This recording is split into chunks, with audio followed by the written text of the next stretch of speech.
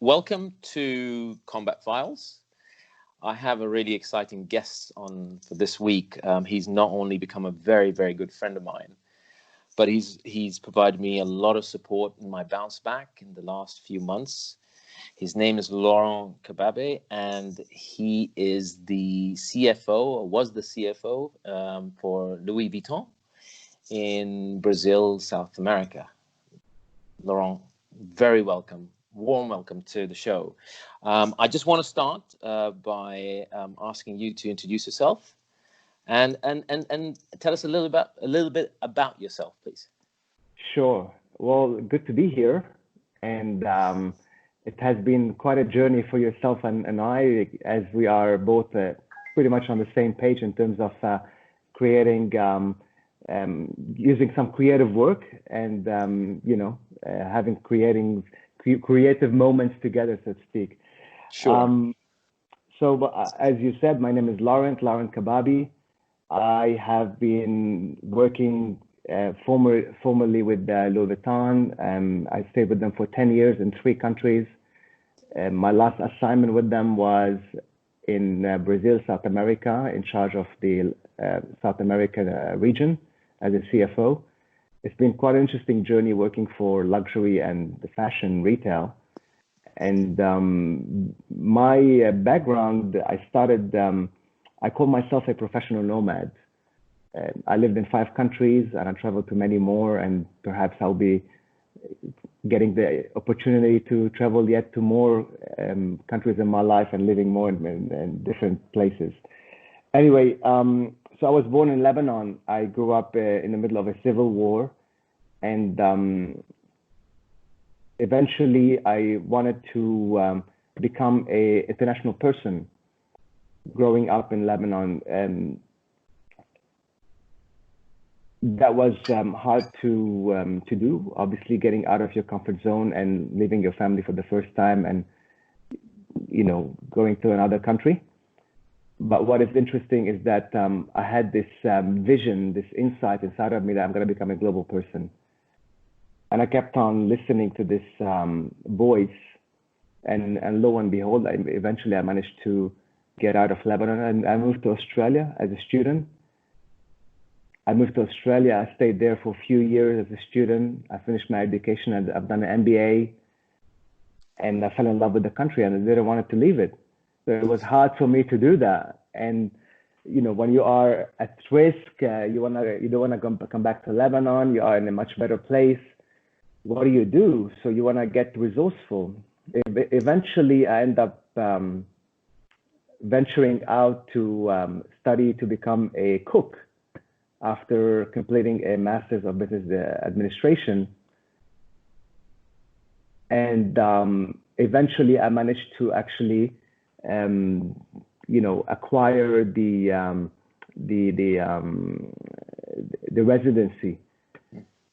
But there's a lot to read, obviously, between the lines. So I progressed with my career in Australia, stayed here for about close to 12 years. I moved up the corporate ladder eventually, and my last job was with Toyota. I stayed with them for a few years. At some point, that whole thing with globalization and being an international person kind of started coming back to me, and this parasite inside of me, this fire inside of me never went to sleep, so to speak. So I wanted to get out of the country and go and start expatriation experience, but that wasn't possible through my company, and I was in my comfort zone, and good job with interesting perks, and you don't want to leave that, and you have a community around you that is discouraging you and encouraging you more to stay in here and just continue doing what you should be doing, like them. But that wasn't enough. So I end up obviously not taking the risk in the first place, because it wasn't possible for me to get transferred through Toyota, and I had to go on my own and look for a job elsewhere internationally. But I stayed in Australia, in Sydney, for a few years after that, until it got to a stage where I could not bear the pain. It was during the global financial crisis, right on the back of that. So pretty much same time as now in terms of negativity and negative energy in the world and all that sort of stuff. And so I ventured out on my own. I took some unpaid time off, and I moved out of Australia. I went to Dubai, and lo and behold, I managed to find a job with Louis Vuitton. And this is when I decided to jump ships, come back, leave my job, and return there. It was quite an interesting journey. I started with them in Dubai. I stayed there for about 4 years, overseeing supporting and overseeing the finance for the Middle East region. And from there, I moved to North America. I stayed for close to 2 years. And from there, I moved down to Brazil. And now I'm back full circle to Sydney, Australia, with a completely different mindset, a different human. We were just talking earlier that the person that we are right now, even the cells that we have in our body are not the same cells that we had, I don't know, maybe 6 months ago or 1 year ago. So imagine 10 years. I've been having that journey for 10 years of expatriation. 10 years, 3 countries, and prior to that, 2 countries. So here I am, like I said before, starting a new life, a new venture, basically. Yeah. It's interesting. We have discussed this a lot in the time that we've connected, and I'm really curious about your mindset as you were moving across the world from one continent to another. What were you thinking? Because the mindset is, I want to touch on that, because obviously you took a decision and you're here today, and I just wanted to really sit in your brain, and I wanted the listeners and the viewers to to understand where you were mentally while you were traveling across the world. One thing that I always say to people, especially the ones that I work with, whether in the coaching arena or even in corporate, your values are like your blueprint. And that's what got me to make all the movement that I have made in my life. If you don't live a life, I feel, if you don't live a life following your values, it's like not finding fulfillment. So a lot of thought leaders out there, they speak about the notion of the art of fulfillment, the art of fulfillment. And the art of fulfillment, from my understanding, is how to live a life in line with your values and being able to honor that most of the time, and therefore feel fulfilled most of the time. So going back to your initial question, one of my most eminent value, my most important value that I have is the value of globalization, being a global person, so to speak. So experiencing different cultures, different languages, different paradigms, experiencing places where everything works perfectly and other places where nothing works, and how you're going to navigate through that. So it kind of a duality between the world. And I wanted to experience both sides, and I did with the places that I lived in my life. So that was the biggest driver that I've had behind the decision that I've made. And the other thing is that sense of adventure. So we all have that kind of that kid part of us, and that kid part of us is when your creativity shows up. That kid part of you is when you're, I mentioned to you yesterday, when you are dancing, when you are laughing, when you are jumping, when you are completely in your creative mind, so to speak. That's the kid part of you. And in my case, the kid shows up mostly when I am close to nature, another value, when I am adventurous, or when I'm, playing music, because I do, listening to music, all these sort of stuff. So when I get an opportunity for me to move from one country to another, holy cow, I get to restart my life. I get to push the button on my life and show up in an environment where no one knows me, and I could start a whole new personality should I choose, and and reset my life. And I've done that on several occasions. I've done that. There was things that I knew about myself, I was conscious about myself, and I wanted to change and introduce new habits or new, thinking, so to speak, or way of living, so to speak. Yeah. And I did, and that was quite interesting. Yeah. So And yeah. I remember that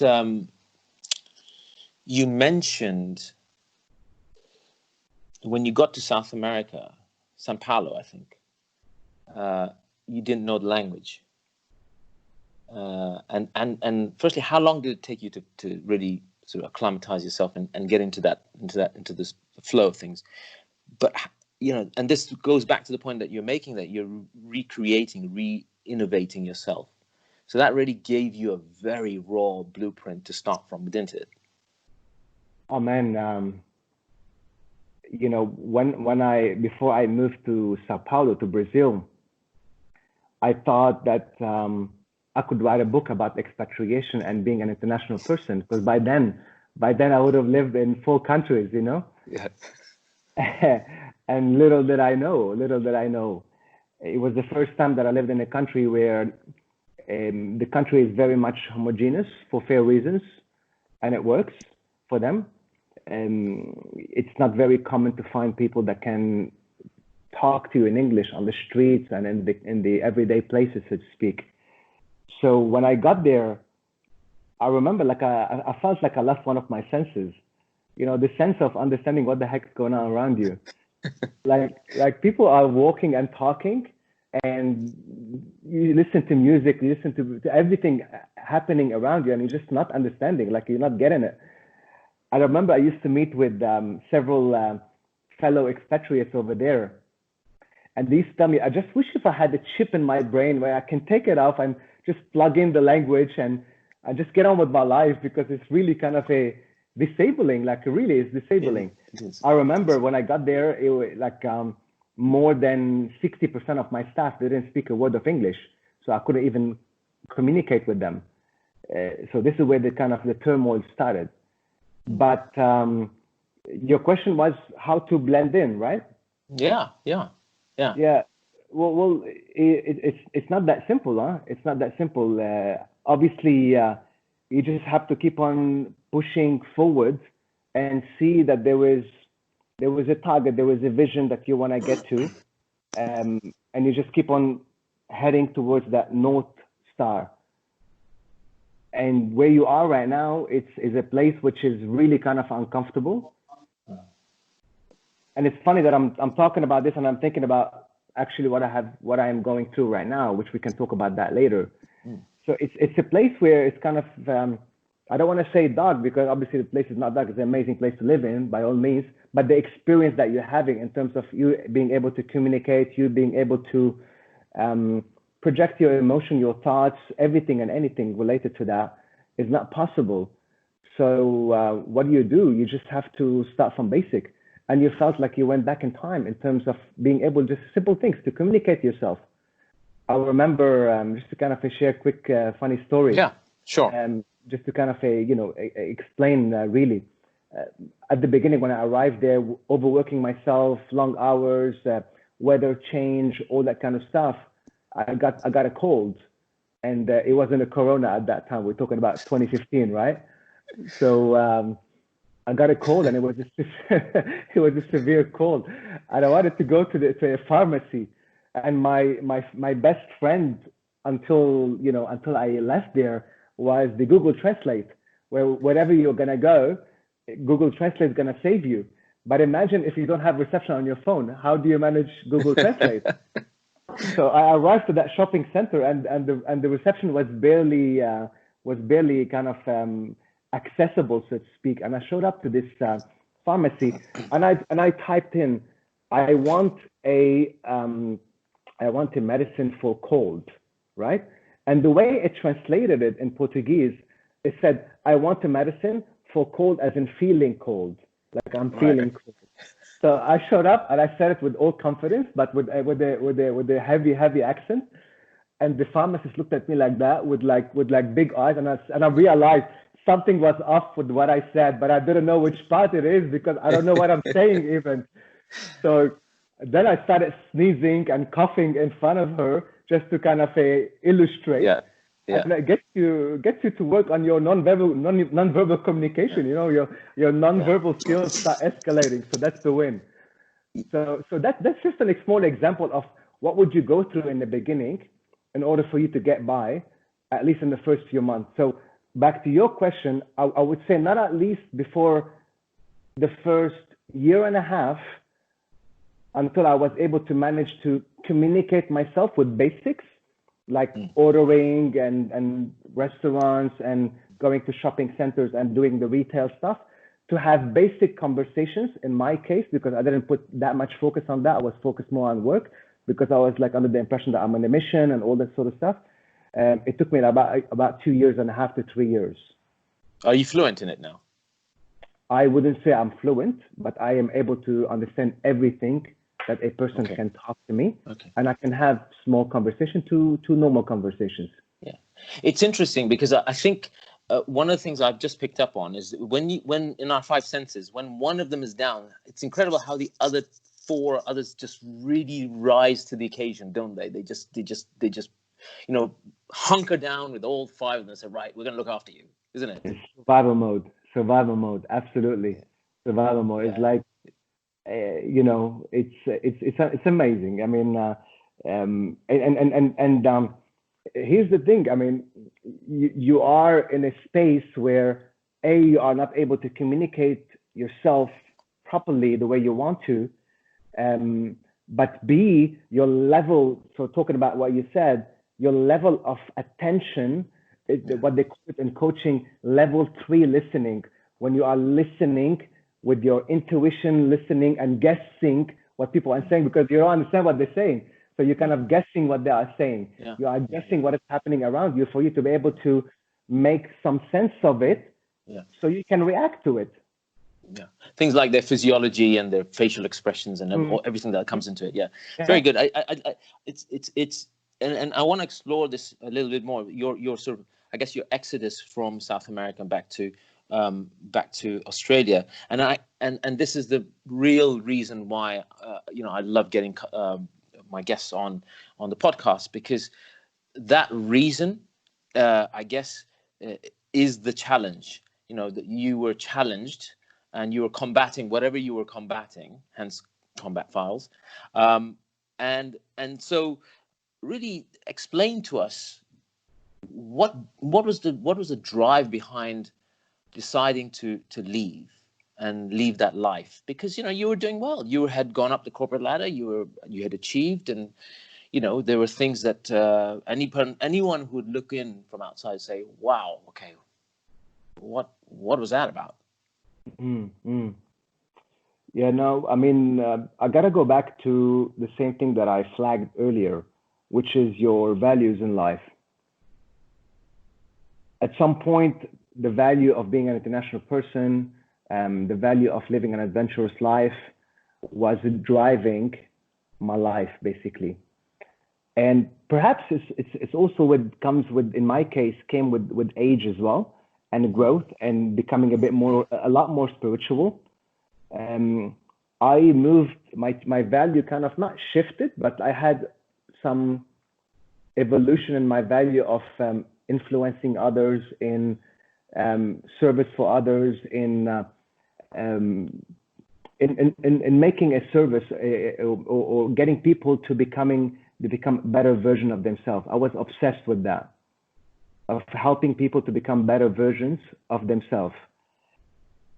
And in parallel, the career that I was in, like fashion and retail, is amazing place. And I wouldn't be surprised if I would come back to this career or to this industry. But working in finance, I've done it by that time, I would have done it for more than 17 years across industry, automotive, and fashion. And I think it's time for me to experience something different. So I've learned a lot. It has been a fantastic experience. I think to be proficient and knowledgeable in finance, it's a backbone for you for whatever business you're going to be doing. Become, savvy and a commercial person. Sure. And I guess I proved myself through the position that I have acquired and through the results that I have provided. So it was time for me to prove something else. And throughout my last experience with South America, I have tapped too much into, which was a good thing, into my entrepreneurial side, which most of my parents, all of my ancestors, they all come from traders, from entrepreneurs. And in fact, I don't know if anyone from my, family is actually a corporate person like myself, the ancestors. So I wanted to kind of tap into that. And I felt like I need to honor that value of being an entrepreneur, which comes in line with being an adventurer. But the whole thing with service for others and influencing others to get them to become a better version of themselves was really strong. And I experienced that firsthand when I have done that for myself, because I was feeling conflict being in corporate and I wasn't clear what's going on. So I went into coaching to experience coaching myself. And this is where I woke up. It was a kind of an aha moment. And I felt, wow, this is some cool stuff, man. This is some cool things. So I ventured out of curiosity and I signed up for a coaching course certification. Moving forward in that experience, it got me to start transforming as well myself, because for you to get the best out of it, you need to have the experience firsthand of transformation.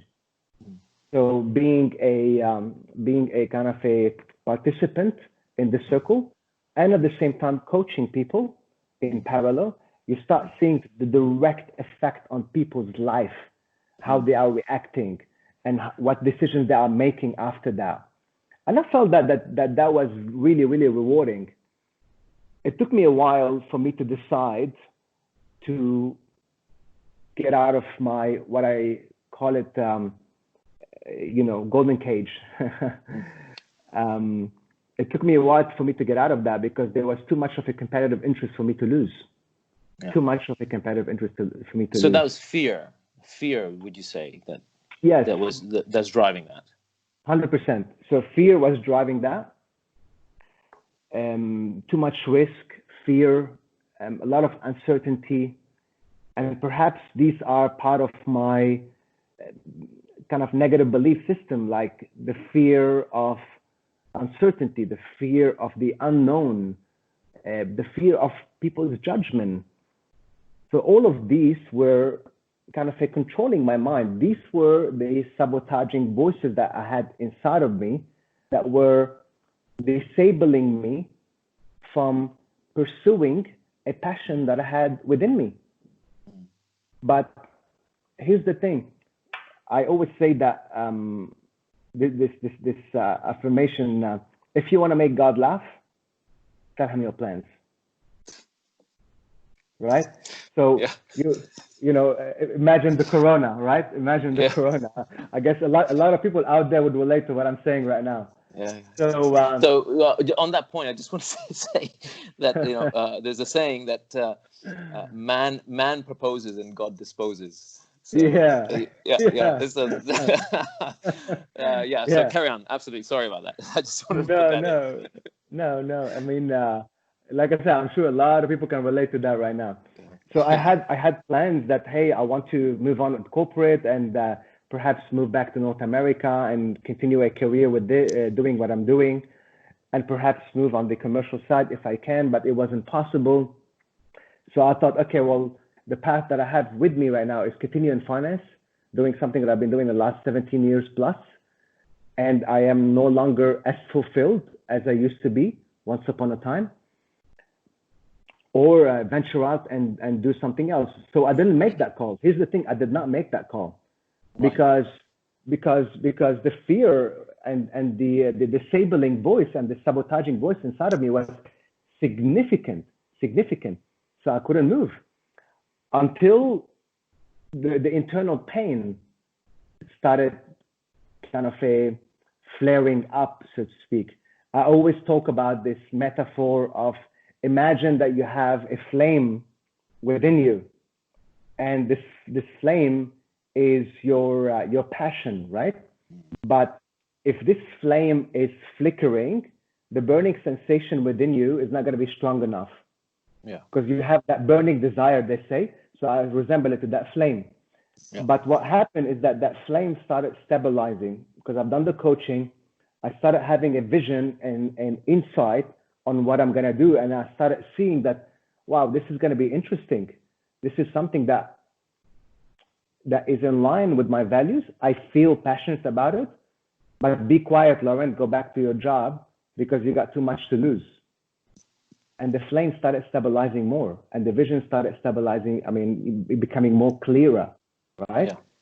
And this is where the pain increased, and it got to a stage where it followed insomnia and all kind of symptoms, kind of a mental distress, so to speak, until it was so much so that I couldn't tolerate it anymore. And this is when I decided to raise my hand and jump ships, basically. And that's what happened. Going back to what we said about if you want to make God laugh, tell him about your plans. I had different plans than what it was supposed to be right now because I was supposed to be taking some sabbatical time, but that didn't happen. And here I am, here in Sydney. I wouldn't say stuck. I'm saying lucky I'm here, actually. And it's just a great experience to kind of go within yourself and learn more about yourself and see how you can pivot from this space for me to become a better version of myself. Because I set the standards already high in terms of what I'm going to be achieving and the kind of person I want to be in my life going forward. And it needs to stay there, that standard. So now it's a matter of meeting that standard. It may not happen immediately, perhaps not, but it's just the orientation. And I know that COVID-19 has really forced a lot of people to take a hard look at themselves, and you're no exception either, because in our conversations you've had to really look and dig deep. But it's also I think knowing you and the way that you present and you're very passionate about the material that you have put together. I believe that you're very, very good at it, and that is really where I want to now take this up, because you went through and gave us a detailed insight of why you left. So explain to us where you're sitting now in terms of the work that you've done and how you are supporting individuals. Just for everyone's sake, I went through a one-to-one session yesterday with Laurent, and we will touch on some of the things that we experienced. And I think it's important that we share that with the viewers. And let's start with this phrase, better version of yourself. And there's a lot of stuff out there as people define better version of yourself. In your mind, what is your view or definition of a better version of yourself? Yeah. You were talking about what I get to speak about and the passion that shows up. The passion comes from the fact that I have been through this journey. So I pretty much talk about my journey and my experience. Not surprisingly, I talk predominantly about fear and procrastination. So how you can cross the line of fear in order for you to become a better version of yourself.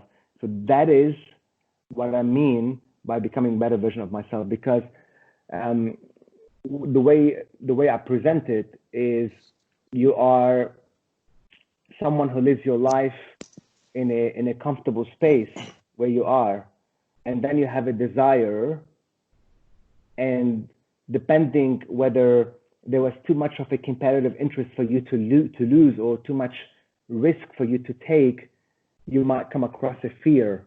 And if the fear or if the risk is too high, you're gonna default back to the comfort zone.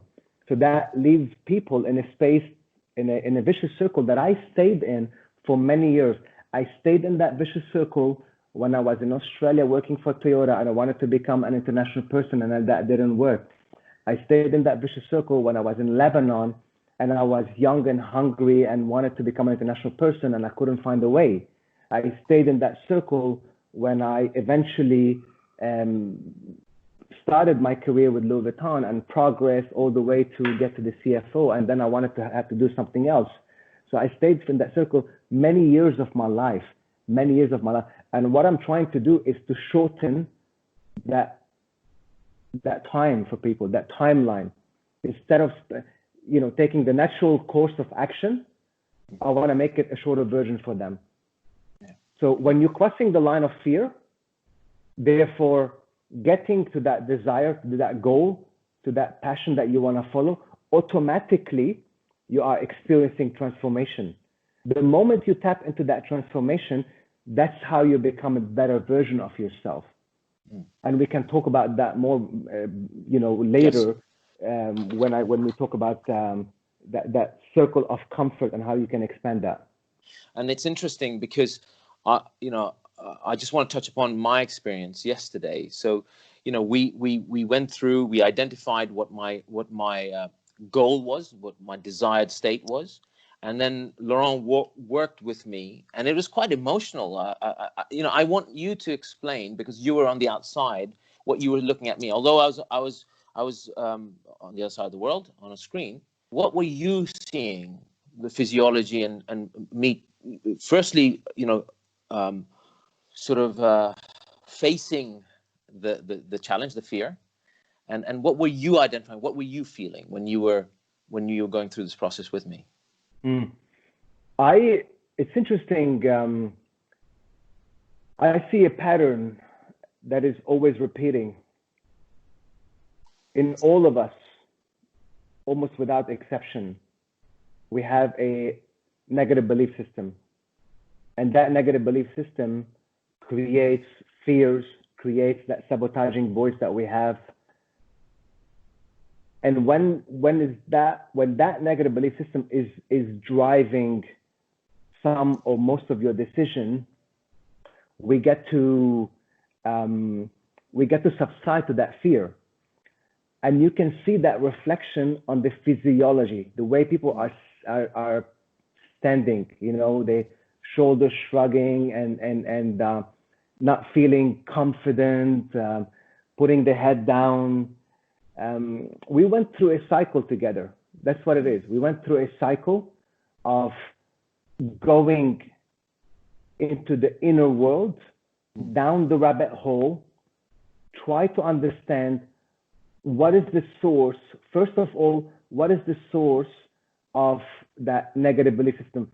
Obviously, we started with identifying what could be the negative belief system. Yeah. That's why how we work together to kind of set a goal. And we start the session by saying, what if you don't achieve that? And we create a chain. Yes. We create a chain that is driven by yourself.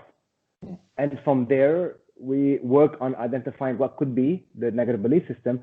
And that's how we immediately tap into the childhood, or the kind of early days. Yeah. The event, basically. Yeah. Which in most cases, it's the same pattern. Start at early age, negative belief system get formed, drive you throughout your whole life, impede a lot of your decision, a lot of your desires, a lot of your goals, a lot of your passion that you want to achieve in life, and you just keep going with your life, kind of playing small, being on the passenger side of your journey, so to speak, and not being able to kind of really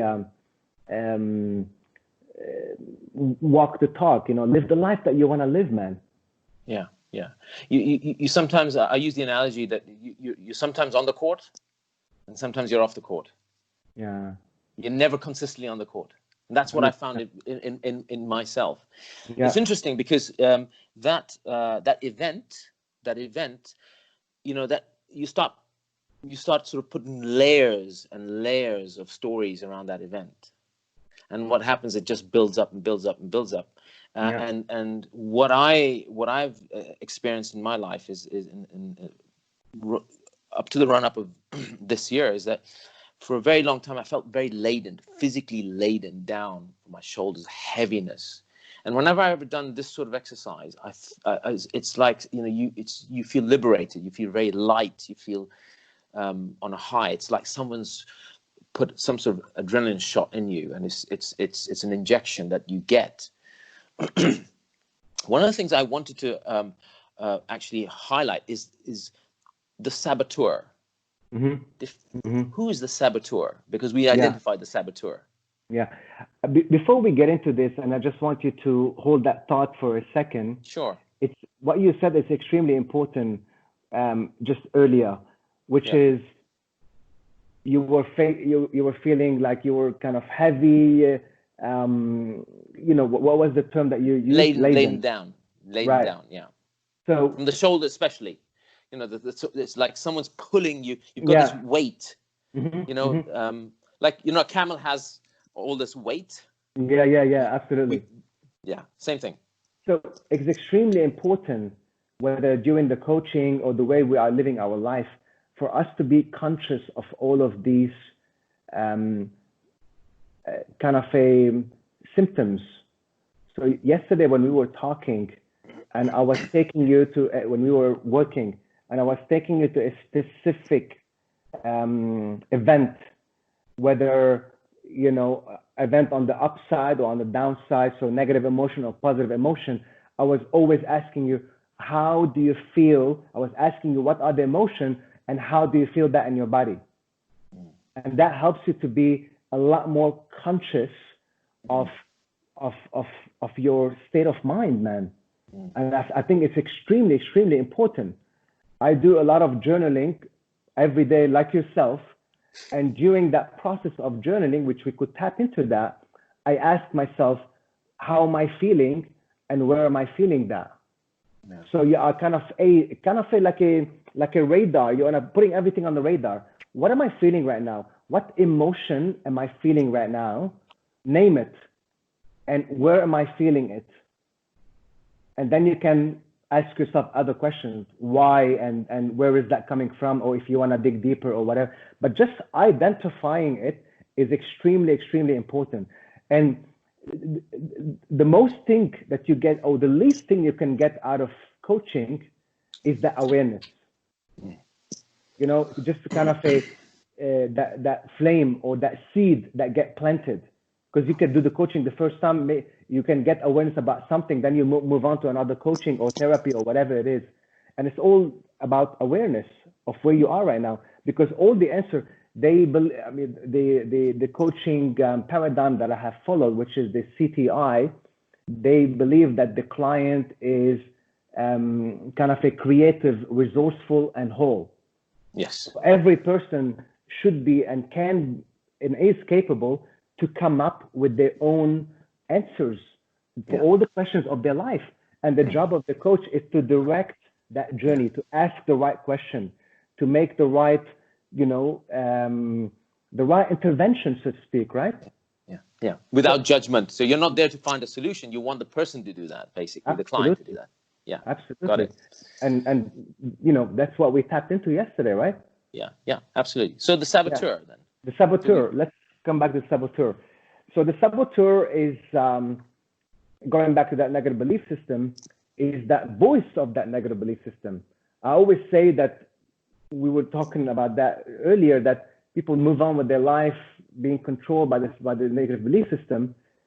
I always use the analogy of the rear view mirror. You are moving forward in your life, looking at the rear view mirror, and eventually what's going to happen? You're going to end up crashing, right? Or you're not going to pay attention, or at least you're not going to enjoy the journey. You're not going to be in the moment, so to speak. So the Saboteur is that inner chatterbox, that negative talk.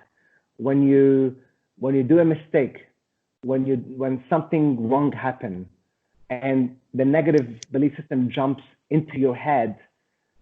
For example, you're not good enough, you're not worthy, you're a failure, you are whatever is that belief, right? Yes. You're not pretty, you're not appreciated, you're not wanted. And then this is the base. And then the talk starts, and that's the saboteur.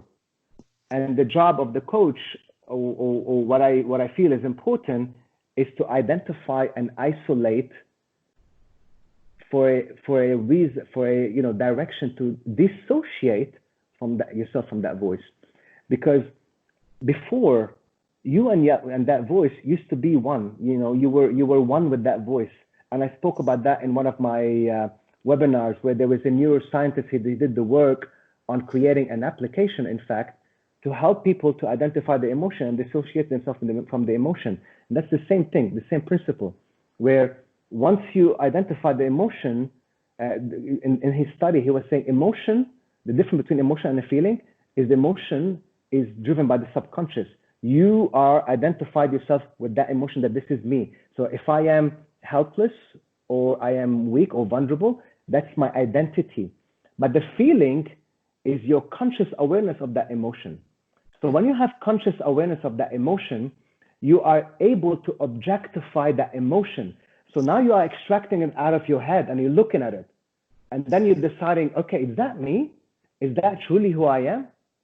And then you can make the call, whether I want to, this is going to define me or not. Yeah, interesting, because I do want to share this, that we objectified that voice, and it was a mouthpiece, basically. So this is where the laugh is coming from. Sits up here, but you did it so well, because and I actually didn't realize that until you've just mentioned it here right now, is that I feel so separated from it, because it's become an object, because it's me and the mouth. We're not the same. Yeah. And that is, I think, in itself, a huge leap forward when you talk about self-awareness, is to say, and it's a great thing to have, because you then sit there and it's a reflection, and you can say, okay, is that me? Is that really me? It allows you to reflect as a mirror, and then you went through the process of then looking at the positive voice, and identify that positive voice. Let's move on to that now, because we call that positive voice, in my case, the voice of excellence. Excellence, yes, sure. So the same way we have a negative belief system, we also have a positive belief system. But unfortunately, in most cases, guess who takes over? The negative belief system. Yeah. And here's the thing. I mean, there is science behind it. Like in psychology research, they talk about the amygdala and the job of the amygdala to protect you. Back in the days, it used to protect you from the beast, and now it's protecting you from being uncomfortable, getting out of your comfort zone. So being uncomfortable, then getting out of your comfort zone, this is perhaps where a lot of the activities of the amygdala kicks in and say, right, voice, talk to him, tell him to calm down, tell him not to change anything. The way he is right now is working. It's not perfect, it's working. So why do we want to change it? Funny about working and why do we want to change it? I'm kind of jumping to a parallel reality. But back in the days when I used to work in automotive industry, I worked for Toyota, but they were always comparing themselves to a main competitor, an American company. I don't want to mention that, but they were saying that we're not gonna be. I mean, you would only fix a problem if it happens, so you don't have to stop the production line. Whereas in the Toyota thinking is continuous improvement. So you have to continuously think about how do you improve in order for you to avoid disruption in your production line, so to speak. Yes. So coming back to the saboteur and the positive voice, it's the same thing in a sense that the amygdala, or that part of your brain, the subconscious somewhere in your brain, tells you that, look, you want to change, you want to go and exercise or change your diet, or you want to leave your job. What are you doing? Just stay where you are. It's working. So why do you want to change it? Why do you want to think about continuous improvement? Just get on with life as it is. status quo. You are in charge. You know what's happening, right? So Yeah. the positive, so whether negative belief or positive belief system, it comes from past experience, and that's exactly what we did. We tapped into a past experience, but a positive one, a time in your life where you felt at your best, a time in your life when you felt that you are in the flow, you were in control, you know, you were you were proud of yourself, so to speak. And we all have these moments. They could be small, they could be large, or they could be just enough for you to feel that there are moments in your life where I was doing well. So when you tap into these moments and try to do the same work that we've done, which is go into the moment, identify it, learn what were the emotions, learn what's the physiology, anchor that scene in your head, and then bring up that positive voice, and then kind of tangibilize or objectify that positive voice, and then you can use it going forward, so to speak. And that's the methodology that we've done. And it's incredible because how did that work for you? Yeah, well, the positive voice, which is voice of excellence, is actually a mountain for me that stands right behind me and keeps me upright. You know, it's that, you know, that force, and that mountain potentially could also grow into me, as in me being the mountain. What I loved about this process, and I really wanted to share this, is the way that you take both the positive and negative voices, and then you create a scene 3 years from now, 10 years from now, and we created that scene. We don't need to go into it in terms of what we created. Sure. And then you allow the two scenes to meet each other at some point. And the positive speaks to the negative. And at that point, you basically, well, you tell me, what's that conversation about? I'm actually interested to hear from you. How did that work for you? Not to go into the story, as I said. No, it's more on the you know. So I remember you asking me to go and visit the me and the negative.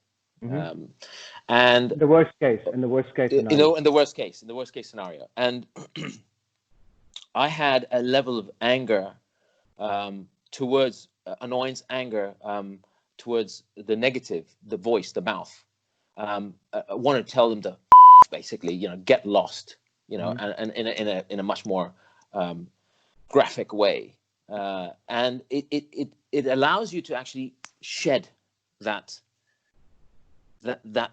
effectively that voice that's tagged onto you, that's latched onto you for whole life. And you just, to me, I just watched it wither away.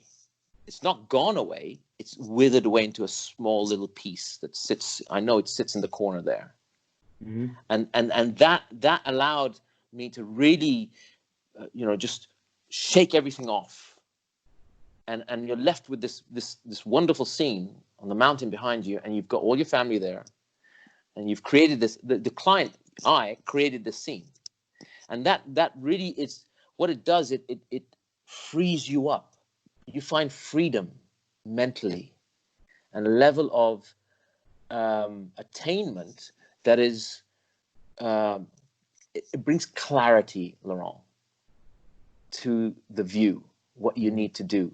And it takes away fear, and it takes away this laziness, the procrastination. I was talking to you about today that before we went on the show, that, you know, I've made a list of all the things that I need to do. I've already started doing those things that I've been putting off for weeks, and just this morning, you know, I've got rid of, ticked 2 or 3 of those items, gone, you know, and that's what it allowed me to, in a space of 24 hours. The other thing that I wanted to also share with you was the positive voice visits back to that child with a gift. And I want to share this, that my gift to that 8-year-old Azhar was, you know, confidence. And what I felt after our session was that gift, that confidence, that it was like a streak that just came right through the years into me. And I'm looking up ahead, and I'm confidently, you know, plodding ahead to map out the road where I need to be. And that scene that was created. And that's very powerful to be able to how can I put it? To be able to, ultimately what we have, Laurent, is in the process, we created a choice for me. I have two choices. I can take the mouth as a choice, that road, or I can take the voice of excellence. And that choice, to be aware of that choice, exactly, is key, I think, in the ability to say, I don't want to be sitting in that dark room at the end of my life. You know, you created that scene. We created that scene together. You didn't. We did it together, and you know, it's a reminder that we always have choices. And if we don't, what's the value add if we take the positive voice, and what is the cost of inaction if we don't? 100%. And that was very powerful for me. Very Yeah. powerful for me. No, And it's you know, yeah, go ahead.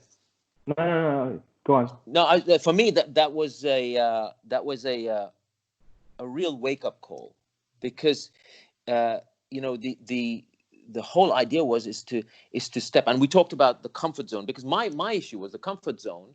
Is I used to step out of the comfort zone, and I used to basically, the mouth, the saboteur, would say, nah, you're no good. This is not where you need to be, and capitulate myself and push myself back in. I've been doing it for years. And for the first time, really, this morning, I came out with confidence. I came out and I said, yeah, I'm going to do this. And you talk about little millimeter steps, little steps, and then you extend that circle to include those little steps. And you just keep on. That's that little process that you. And this is an evolutionary process that one carries with them right through their life to expand and grow themselves. So powerful. Yeah, no, cheers. Thanks for sharing that, man. And it's really rewarding to hear it from you firsthand on this avenue. The method that I followed basically is actually a combination of coaching, NLP, CBT, which is cognitive behavioral therapy, and obviously, you know, my experience and my knowledge going into everything to do with the psychological sides and how the brain function and all of that. One thing that we need to be mindful of, because there's always aftermath after the peak, and that's how we always say that coaching is an ongoing process. Yeah. So the evolution, you becoming a better version of yourself, is not a one-off.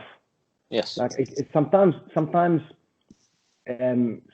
you need a traumatic experience for you to snap out of something. Let's say, if you're a smoker, you visit a doctor and you say you have lung cancer, boom, you gotta change, you gotta pivot. But sometimes it takes time for you to get out of a space where you don't wanna be in anymore. So, but this is where the work of that small steps, which is based on cognitive behavioral therapy, they talk about taking small steps towards your discomfort or your uncomfort zone or towards your fear. Yeah. So by taking these small incremental steps, you are able to expand your comfort zone. And when you expand your comfort zone, you are, you know, your muscles are growing, so to speak. So you are able to handle more risk, more fear, more difficulties. And that's the essence of the work that I do, because we started now kind of awareness, because, you know, when we put up the slide, you will see that my model speaks about, you know, awareness. Yeah. And then or clarifying basically what is the fear, what is the negative belief, all that, you know, everything underlying negativity and saboteur and the voice of the saboteur, naming your fear, and then how to breaking the pattern, which is what we also did, shifting from negative to positive. But before we break the pattern, we speak about what would be the cost of inaction. So we're flaring up the pain flaring up the pain. Yeah. And and then we break the pattern. And then we focus on what would be the positive aspect, the positive future that you would choose should you continue with this path, so to speak. But from there, and this is the part that eventually that will be the ongoing relationship with the client, is the process and the action. So in the process and the action, this is where the ongoing work needs to happen. Right. So, what I do is I work with the client, with the person that I'm working with, to really identify what are his values, first of all, which is the compass. Where is he or she gonna be going? What are the values? What is the negative belief? What is the fear, to name it? Where is that coming from? But once you identify the fear and where is that coming from, you start kind of chunking it down into small pieces, and how you're going to be tackling these pieces one small step at a time. And this is where the process part is. You are breaking it down, chunking down big projects or big things that you want to be kind of overcoming or capturing. So let's say you want to become an entrepreneur, start a side hustle or something like that, and there is fear behind it. You see a cloud that is clouding your mind. But when you break it down, chunk it down into small pieces, you start learning, okay, well, it's not that complicated. And then you start targeting every small pieces out of your comfort zone. And then with the coaching, so how's that feel? And the coaching happened around that. How does that feel? Where were you? Bringing you back to clarity, to consciousness, to being aware, to identify the negative voice, identify the positive voice. Always be conscious of the two. As you are journeying along your life, you always want to be aware of the two, how you're moving forward. Yeah, it's interesting that this is not a one-step process. This is an ongoing evolution. So that support needs to be given. And that was my next question, actually, that this is, in my case, we will continue to engage and we'll continue to evolve together. And I think that's really, really key. In your, obviously you've come back to Australia and you're in Sydney. And I know that you've got a number of plates spinning at the moment and projects that we are actually there's a project that you and I are going to be involved in. So it's a men's circle project, and we haven't really named it yet, but share with the listeners a little bit of what the project is about. Yeah, throughout my experience, whether with coaching or even outside of coaching, with the people, the executives, the kind of whether you're a high achiever or not, doesn't matter. There was a lot of, there seemed to be a pattern going on for men to express their loneliness, express their desire to express themselves in a space where they feel comfortable, in a container where they will be feeling comfortable to show up as vulnerable and being okay with that. Perhaps it's where we are now with the life, with the society, with everything that is going on, especially with the pressure that we have from the economy, from providing, from corona, insecurity, uncertainty, all of that. I have come across a lot of men that were really high up on the organization hierarchy, and you can feel that this person actually is just a machine, and a machine needs to be oiled every now and then. And oiling that machine could be in a way to as simple as expressing yourself, as being okay, not to be okay, being comfortable, getting uncomfortable in a space, safe, confined, confidential space, so to speak. And there was a lot of movements that's been happening related to men's circle for many years now. In fact, it's growing more and more and more. And at the same time, if we look at the suicidal rate in the world, the highest suicidal rate in terms of gender is men. And we've done our own research together when it comes to what is some of the most needed kind of a emotion, if you want to call it, that are men requiring, is the sense of belongingness, right? Sense of belongingness. And also one of the things that were rated high was integrity and having, being having a goal and getting accountability. Yeah, accountability to a goal. Yeah. So the idea is to create a circle where people can, like I said, feel comfortable getting uncomfortable, feel comfortable to be vulnerable, and to show up as just want to express themselves and connect and relate to fellow men, and at the same time create a space where we could keep men on track with their goals via accountability. Yeah. And we could keep men in track with their values in life via focus on their integrity. Yeah. And integrity is, are you in integrity with the way you want to live your life? Like if I call on the wise part of you, are you in integrity with that? And perhaps you could talk more about that sense of belongingness and the notion behind it. So we discussed this, and one of the words that came out of that discussion was statelessness. Mm-hmm. And then really a derivative of that was a loss of sense of belonging. And I think that the sense of statelessness is not only, especially you coming from Lebanon with your origins in Lebanon, and even myself, although being born in London, originally my parents are from India, but 23 years of my life was spent in the Middle East growing up. So I am in the physical sense stateless. Because I actually, if you think about it, I don't belong to India, I don't belong to the Middle East, and although I'm from the UK, I don't really belong. So I feel very, from a physical perspective, quite stateless. But also, the statelessness could be not belonging, not feeling that you belong to a group, whether it's at work or whether it's on a social level. Not statelessness or a sense of belonging in your relationships with your husband or your wife or your kids, and it could be any definition depending on the person themselves.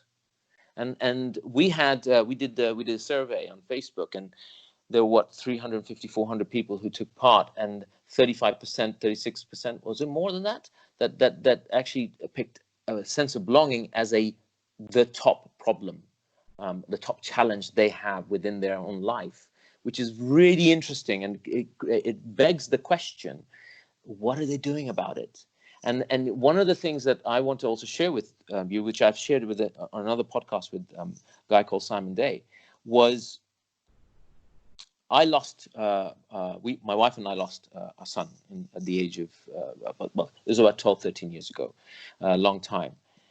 And many people, many couples lose kids at childbirth, miscarriage.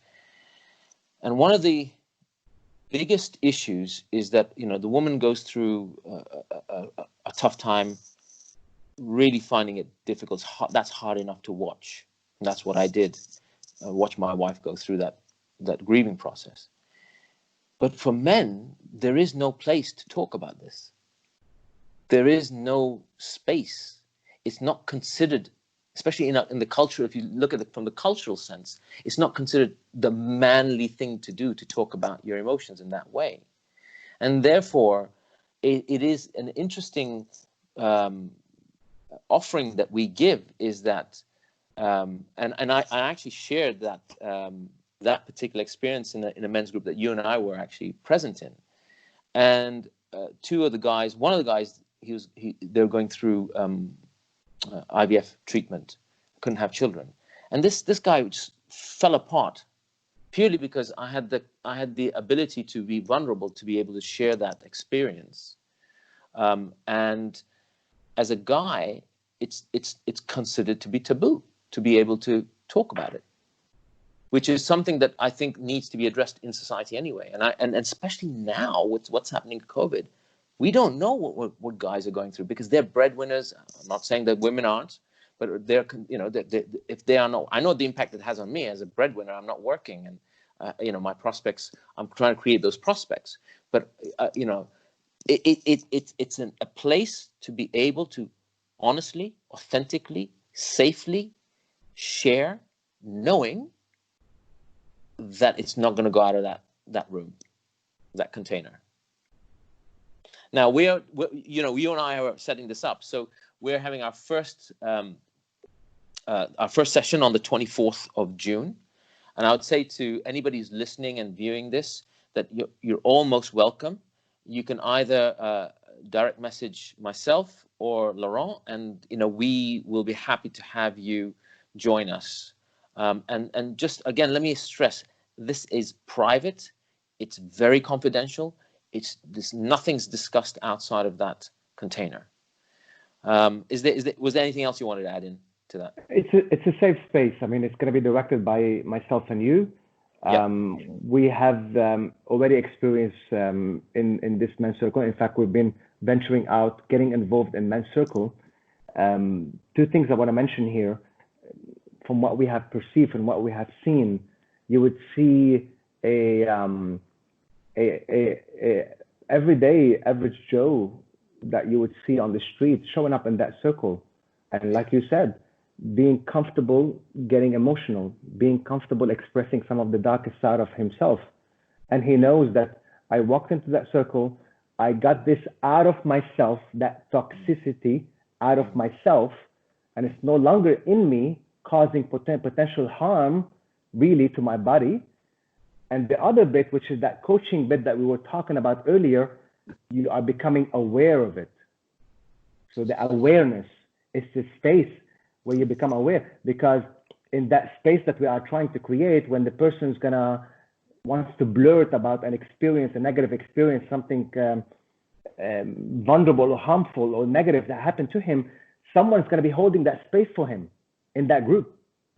Someone who knows what he's doing is going to be holding that space for that person in that group. So it will, he will be guided in the right direction, hopefully, and just getting it out there and feeling and knowing about it. So not having it one with you. So now it's on your conscious mind. I've seen it, I've experienced it, I've kind of dabbled with it, so to speak. The treatment of that pain can be perhaps perceived in a different way. Now, you might, a man might need a different step to be taken, but that's not the purpose of the circle. The circle is to kind of create a container, awareness, and a space to share and express and exchange, in fact, and support each other. But just going back to what you said, this is going to be our initial meeting. We're creating our circle. We are looking into eventually venturing out into different projects similar to that, but this is part of the spinning plates that we are talking about earlier. Yeah, but, and it's really interesting to watch how people react when you share in that space.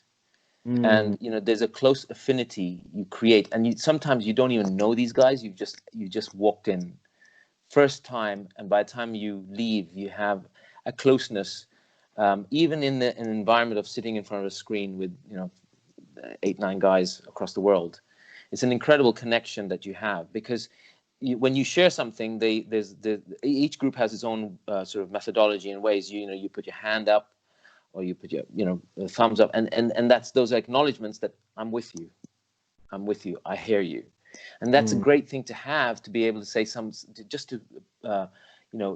give direction to somebody, that acknowledgement that I'm there, I got it.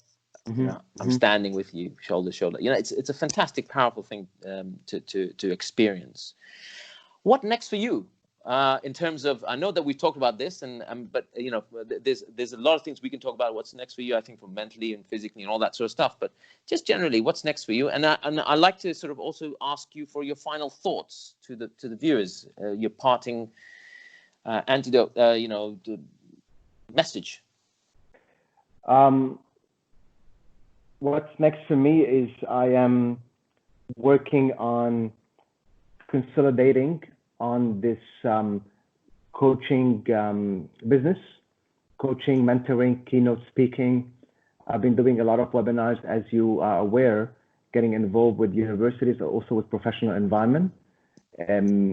So I want to consolidate more on that and get more established.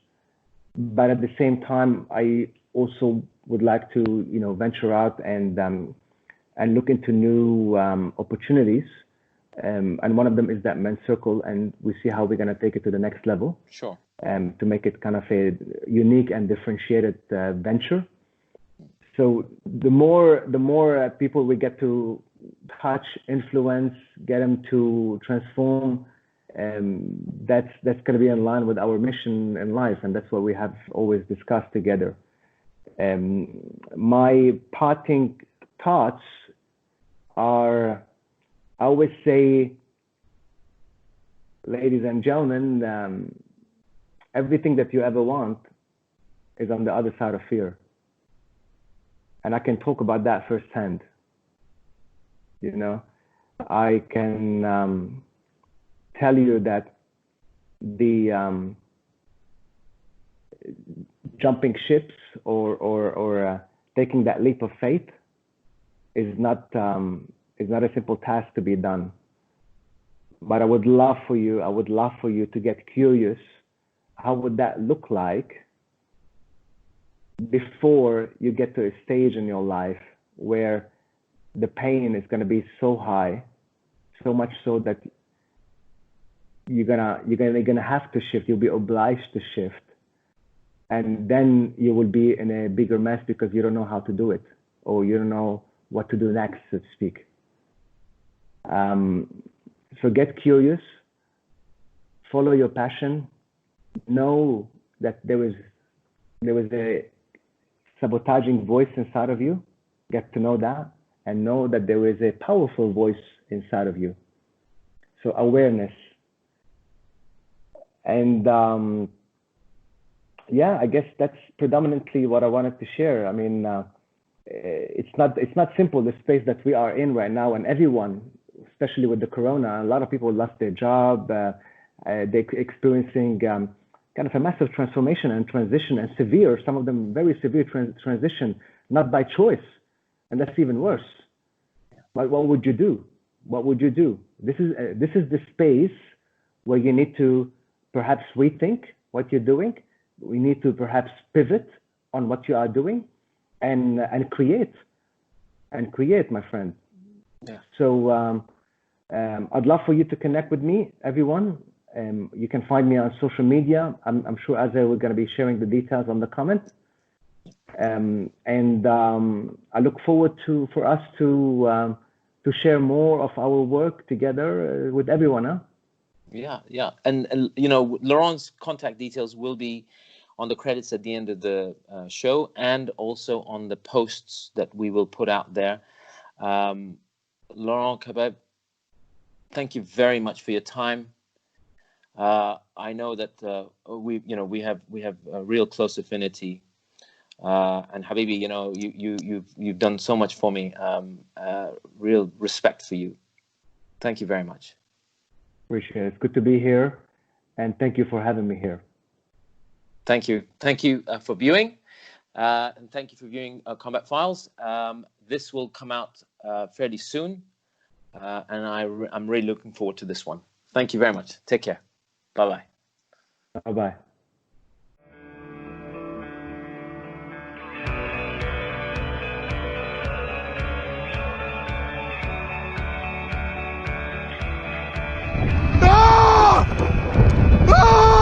I'm scared. It has to be done because I need to build this mental muscle that's going to enable me to confront bigger fears in my life.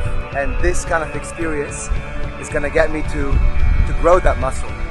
But I am really, guys, scared. I'm gonna be taking a leap of faith. I'm gonna be jumping, and I don't know if I'm gonna be falling or if I'm gonna be flying. But I need to have that faith.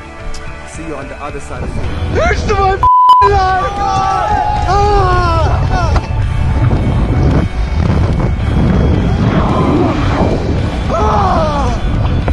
Oh my God! What the was that? It's beautiful. And it was a mixed feeling of fear and adrenaline, but at the same time it's a joy. I was crying because I felt like I'm reborn again. I was scared, but what matters is that I have challenged my fear. That's what matters. There's nothing I could imagine I would do in my life, and I've done it. I'm not the same person that was standing here. I'm a different person right now, and that's the kind of person I want to take forward in my life. That's the kind of, mental capacity that I want to need in my life to move forward to my next level. My life! Yeah! Woo!